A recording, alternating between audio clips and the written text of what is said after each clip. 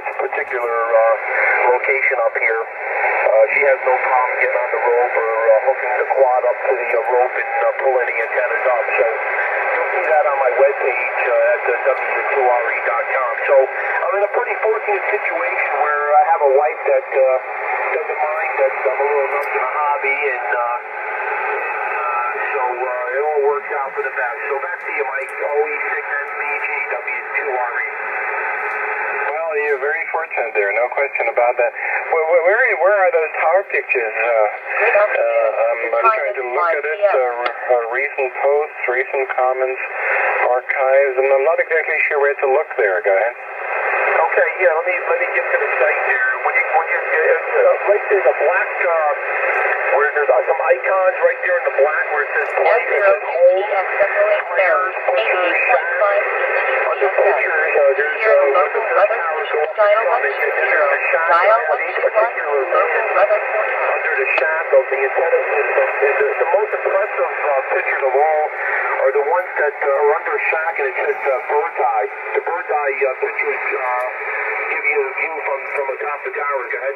Oh, very good. Were you in Russia this year, in Moscow? No. I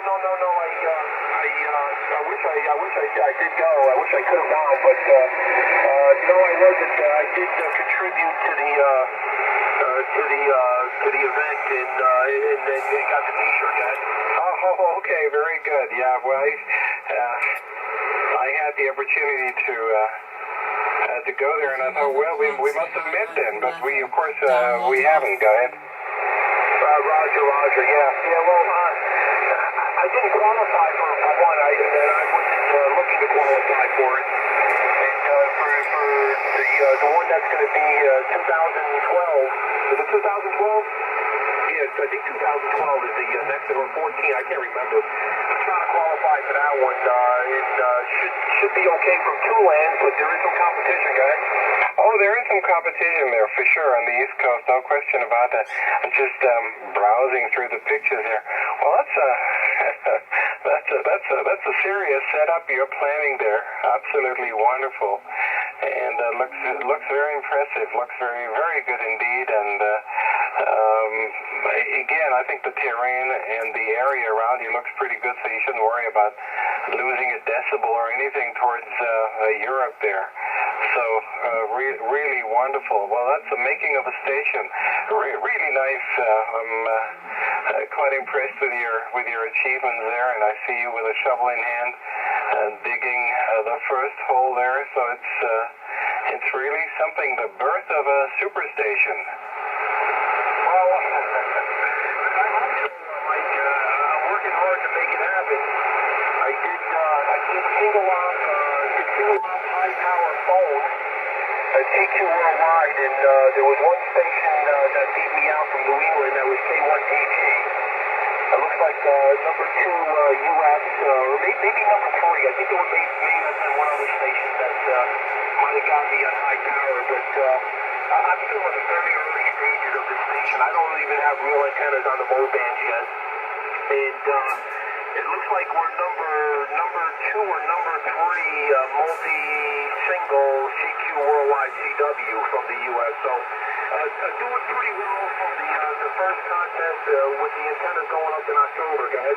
Absolutely. Yeah, well, it takes a while until you get everything sorted out. You know what your station is capable of doing, and of course, you practice your operating technique as well. It's quite a different story, kind of contesting from a tri-bander or contesting from a superstation, so you have to adjust your strategies accordingly, I would imagine. So I'm sure you'll be learning, and you'll be forced to reckon with.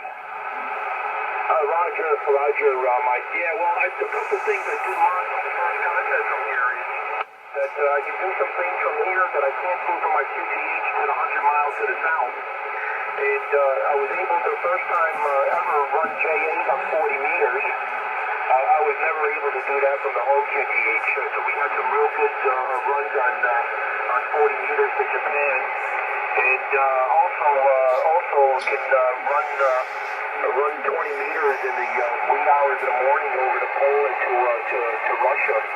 So those couple things from this QTH I was not able to do from the old QTH, or the QTH that I used to contest from, just because I'm hitting the low angles here that I was never able to hit from the home QTH, guys. Oh yeah, and I'm sure it's a very quiet location too, and everything is probably a lot better, especially with where you are, the lack of neighbors and the quietness of the location. I'm sure you'll be able to hear layers of the station that you couldn't from home. So it looks very interesting. It looks like a very, very nice situation you're enjoying. Yeah, very good, Mike. Yep, yeah, we're definitely having fun. Every time I come up here, it's like a kid going into the candy store. I get every time I drive up here, Mike. It's a 2-hour drive, and when I get within the first, 10 miles of the QTH, I start getting excited because I absolutely love it up here. I wish I could live up here full time. Unfortunately, my work is further south. I worked with the same company for the last 27 years, and that's right outside New York City. And I also have a part-time gig at QRZ.com. I'm also in the tower business, so just about every weekend in the spring, summer, and fall, I'm somewhere in the Northeast putting up towers. Go ahead.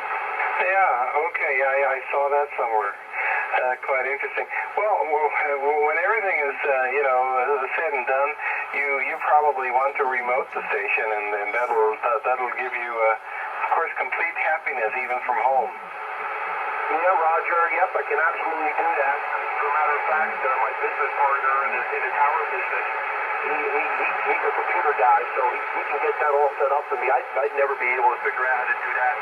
But yeah, at some point we're planning on doing that. And I still have the station up in Full Point, New York. I still have 3 towers up.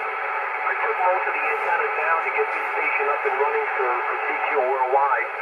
So at some point I will get antennas back up at the home QTH. Probably just a simple tri-bander and maybe a shorty 40 antenna. And get back on the air from down there. But yeah, I enjoy it up here. It's beautiful, and at some point I would like to retire up here. And what I plan on doing is once the station's built, and I have very little time in the summertime, I plan on maybe at some point renting this place out like a DS lodge or something for people to come and visit. Because the Catskill Mountains is really one of the most beautiful places in the U.S. and for people to visit from Europe or any other part of the world. It's a really nice place to visit. Much sightseeing here. Go ahead. Oh yeah, I certainly enjoy doing that myself.